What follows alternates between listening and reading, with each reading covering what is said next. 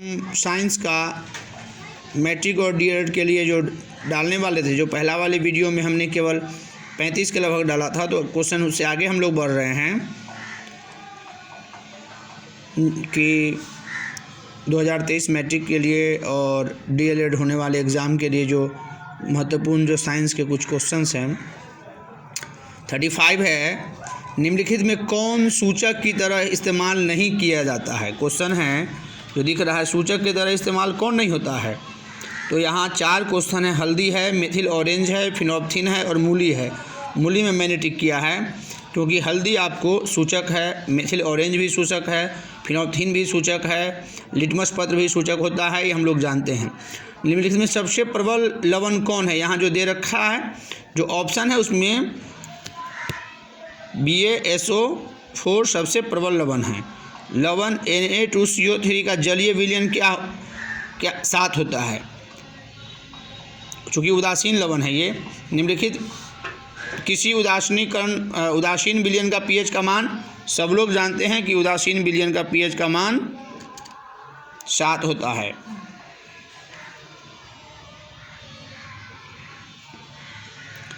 किसी भी उदासीन विलयन के pH का मान 7 होता है।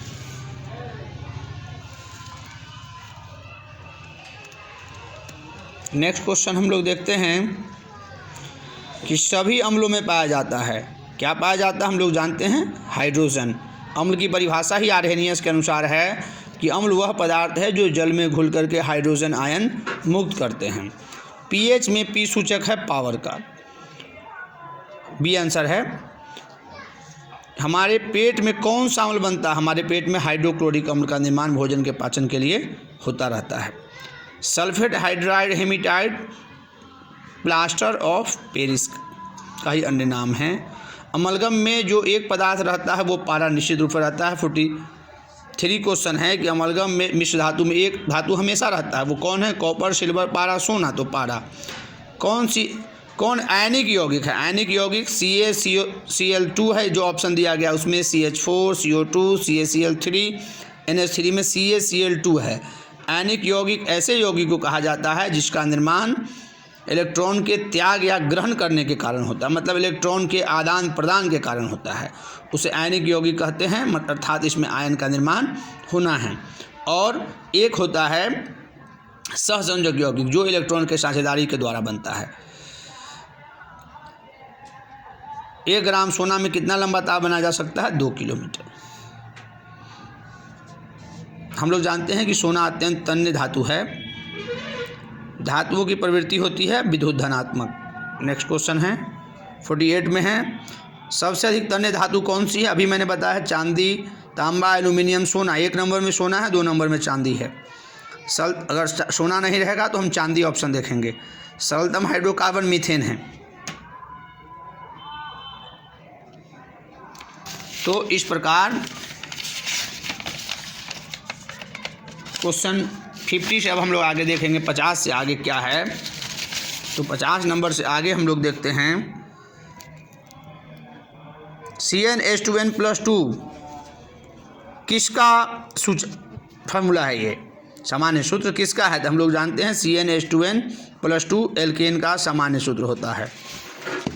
एल्केन, एल्काइन, एल्कीन है ना, एल्केन का सामान्य सूत्र होता है CnH2n+2। सोडियम कार्बोनेट का अनुसूत्र क्या होता है? सोडियम कार्बोनेट का Na2CO3 होता है, जो ऑप्शन ए में है। NaCO3 सोडियम बाइकार्बोनेट का सूत्र है। और NaCl जो नीचे दे रखा है डी में, वो सूत्र है आपको सोडियम क्लोराइड का, जिसको साधारण नमक के नाम से भी हम लोग जानते हैं। थोड़ा सा विजन प्रॉब्लम दिख रहा है, कोशिश हम करते हैं कि जो थोड़ा इमेजिंग अच्छा हो, कम से कम दिखे। एथेनॉल का क्रियाशील मूलक OH होता है।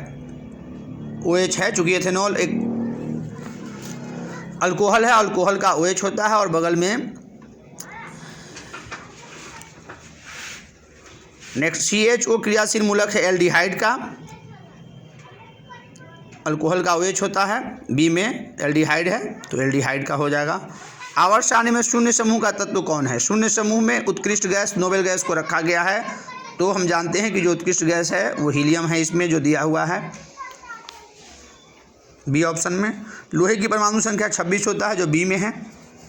नेक्स्ट क्वेश्चन है, मेंडलीव ने तत्वों को किसके बढ़ते क्रम में वर्गीकृत किया? ये इंपॉर्टेंट है। मेंडलीव ने तत्वों को बढ़ते हुए परमाणु द्रव्यमान के आधार पर सजाया था, और यही मेंडलीव की आवर्त सारणी का सबसे बड़ा दोष भी है, क्योंकि तत्वों के जो गुण होते हैं उसके परमाणु द्रव्यमान के नहीं बल्कि परमाणु संख्या के आवर्त फलन होते हैं। ये बताया हम लोगों को मोस्ले ने, और इसी के आधार पर उन्होंने आवर्त सारणी बनाया, जिससे आवर्त सारणी का दीर्घ रूप या मोंडलेव का मोस्ले का आवर्त सारणी कहा जाता है, आधुनिक आवर्त सारणी भी कहा जाता है। तो मेंडलीव का आवर्त सारणी बढ़ते हुए परमाणु द्रव्यमान पर आधारित है, और आधुनिक आवर्त सारणी बढ़ते हुए परमाणु संख्या पर आधारित है। 57 में है, मैग्नीशियम आवर्त सारणी के किस समूह में है? तो वर्ग 2 का तत्व है, समूह 2। डोबेनाउर किस देश से संबंधित है? डोबेनाउर जर्मनी के रहने वाले थे, तो ऑप्शन बी सही है। 1 pm पिकोमीटर क्या होता है? 10⁻⁻m मीटर होता है। मछली के हृदय में कोष्ठों की संख्या 2 होता है, मनुष्य के हृदय में कोष्ठों की संख्या 4 होता है, 2 अलिंद और 2 निलय। मुख गुहा के पिछले भाग कहलाता है? मुख गुहा का पिछला भाग क्लोरोफिल वर्ण का रंग होता है, तो क्लोरोफिल हरा रंग का होता है, जिसके कारण ही पौधे के रंग भी। रक्षी कोशिकाएं कहाँ पाई जाती है? जड़ में, पत्तियां में, फूलों में, फल में। तो रक्षी कोशिकाएं पत्तियों में पाई जाती है। कूटपात किस में पाया जाता है? अमीबा में होता है। स्वपोषी पोषण के लिए आवश्यक क्या है? क्लोरोफिल, कार्बन डाइऑक्साइड, जल, सूर्य का प्रकाश, उपयोग सभी। स्वपोषी पोषण प्रकाश संश्लेषण के द्वारा होता है, जिसमें ये क्लोरोफिल, सूर्य का प्रकाश और जल, कार्बन डाइऑक्साइड सब की आवश्यकता होती है, तो उपयोग सभी लगाएंगे। खुला परिसंचरण तंत्र किसमें पाया जाता है? कॉकरोच में, मनुष्य में, घोड़ा में, ऊंट में बंद रक्त परिसंचरण तंत्र पाया जाता है। यूरिया रक्त में कहाँ से प्रवेश करती है? यूरिया रक्त में ऑप्शन है फेफड़ा से, यकृत से, श्वास निकायों से। रक्त में हल्के पीले रंग के चिपचिपे पदार्थ को क्या बोलते हैं? लिम्फ। लिम्फ को हिंदी में लसिका भी उसी को कहा जाता है। थोड़ा क्वेश्चन में ये लिम्फ और लसिका एक ही बात है। हार्मोन स्रावित होता है, अंतःस्रावी ग्रंथियों से हार्मोन्स का स्राव होता है। 75 में। 76 में भोजन का पचना किस प्रकार का विक्रिया है? भोजन का पचना अपचयन माना जाता है।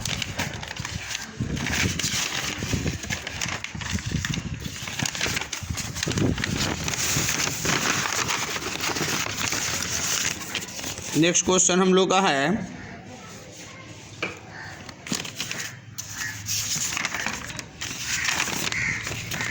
कि कौन सी अंतःस्रावी ग्रंथियों